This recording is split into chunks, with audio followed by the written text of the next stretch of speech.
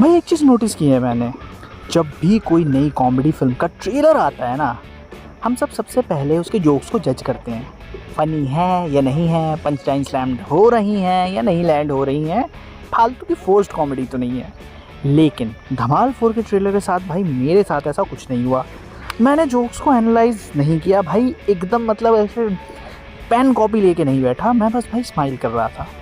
और शायद इसका रीज़न है ना भाई, धमाल अब सिर्फ एक कॉमेडी फ्रेंचाइज नहीं रही है, ये उन फिल्म्स में से है जो समहाउ हमारी मेमोरीज़ का पार्ट बन चुकी हैं। ट्रेलर देखते ही सबसे पहले थॉट आता है भाई कितने साल हो गए भाई इन कैरेक्टर्स को देखते हुए, आदि, मानव, उनकी स्टुपिडिटी और उनका कॉन्फिडेंस, उनका केओस, और ये सब देखकर भाई जेन्युइनली ऐसा फील होता है कि भाई पुराने दोस्त वापस मिल गए हैं। और ऑनेस्टली ट्रेलर की बिगेस्ट स्ट्रेंथ है भाई इसकी कास्ट। अजय देवगन, रितेश देशमुख, अरशद वारसी, जावेद जाफरी, संजय मिश्रा, रवि किशन और उपेंद्र लिमाय, ये लोग सिर्फ एक्टर्स नहीं है भाई, इन लोगों को कॉमेडी के स्पेस में हमने कमाल करते हुए, जादू करते हुए देखा है भाई। इन सब की कॉमिक टाइमिंग एक तो अपने आप में ही एक अलग लेवल की है, और जब भाई ये सारे एक साथ आ जाते हैं तो मतलब सोच ही लो क्या ही हो तबाही मचती है। गुड्डू एंड लल्लन के सीन्स तो भाई स्पेशली स्टैंड आउट लगे मेरे को। अजय देवगन और रितेश देशमुख के बीच में भाई एफर्टलेस केमिस्ट्री नज़र आ रही है। ट्रेलर के भाई कुछ फनीएस्ट मोमेंट भी इन्हीं दोनों के हैं। और फिर आए अगर हम आदि और मानव पर, भाई जावेद जाफरी और अरशद वारसी की ये जो जोड़ी है ना, ये ऑटोमेटिकली भाई मूड पूरा सेट कर देती है। लगता है कि यार जैसे ही इन दोनों को हम लोग देखते हैं तो हमें वो अपना या तो कज़न, वो जो बेस्ट कज़न है वो याद आता है, या फिर भाई अपना एक पुराना दोस्त याद आता है। मतलब इन दोनों की केमिस्ट्री कुछ इस तरीके की है।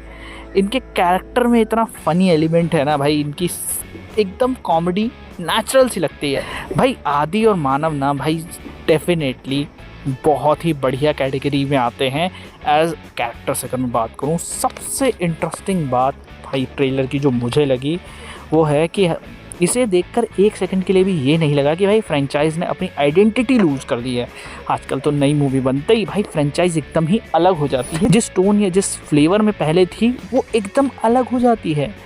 पर भाई आजकल के कॉमेडी सीक्वल्स की तरह ये मूवी का ट्रेलर नहीं है भाई, एकदम ओरिजिनल फ्लेवर्स दिखाई दिए। और यहाँ पर धमाल की वो जो ओल्ड स्कूल केमिस्ट्री वाली वाइब्स हैं, ओल्ड स्कूल जो आपकी पूरे केओस दिख रहा है, वही रैंडम सिचुएशंस, वही पागलपन और वही एनर्जी। भाई ट्रेजर हंट का सेटअप ऑलरेडी एक्साइटिंग लग रहा था, जैसा कि हमने पुरानी फ्रेंचाइजी में देखा भी है। और भाई अब तो डिज़ास्टर मैनेजमेंट ज़्यादा होने वाला है, हर कैरेक्टर किसी न किसी मुसीबत में फंसा हुआ है और सबकी सिचुएशन हर मिनट ख़राब होती जा रही है। और सबसे फ़नी बात यह है कि धमाल का ह्यूमर हमेशा इसी कॉन्सेप्ट पे काम करता है। ये लोग स्मार्ट डिसीजन लेकर प्रॉब्लम सॉल्व नहीं करते, ये लोग गलत डिसीजंस लेकर प्रॉब्लम्स मल्टीप्लाई कर देते हैं। You know what I am saying. Trailer की पेसिंग भी भाई काफ़ी इम्प्रेसिव लगी। 3 मिनट का ट्रेलर है और भाई इसमें काफ़ी इंटरेस्टिंग चीज़ें हर सेकंड दिखाई गई हैं। ध्यान एकदम से ड्रॉप नहीं होता एक सेकंड के लिए भी भाई। वैसे नॉस्टैल्जिया लवर्स के लिए भी ट्रेलर में काफ़ी मोमेंट्स है, रेड बटन दबाया कि नहीं दबाया, और भाई सीधे ही भाई विजय राज की याद दिला दी भाई। डेंजरस सिचुएशन में हमेशा मैं कैसे आगे आ जाता हूँ, ये वाली लाइन तो भाई सबसे फ़नी लगती है। और जावेद जाफरी के मुंह से तो भाई एकदम ख़तरनाक। और भाई मुत्थु स्वामी को भूल गए क्या? मुत्थु स्वामी, चिन्न स्वामी, वेणुगोपाल अय्यर का जब मेंशन आता है ना भाई, शायद इसी वजह से धमाल के जोक्स जो हैं वो आज भी रेलेवेंट लगते हैं, आज भी हमारे मीम कल्चर में बिल्कुल फ्रेश हैं।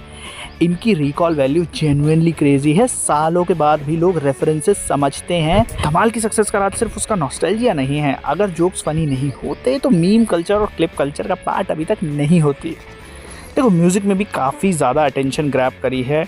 फुलौरी बिना चटनी कैसे बनी, भाई एकदम क्लासिक म्यूज़िक है यार। ये तो मतलब बचपन से सुनते हुए आए हैं, और ये थिएटर में जब सुनने को मिलेगा भाई सीटों पे कोई शांत बैठ नहीं पाएगा।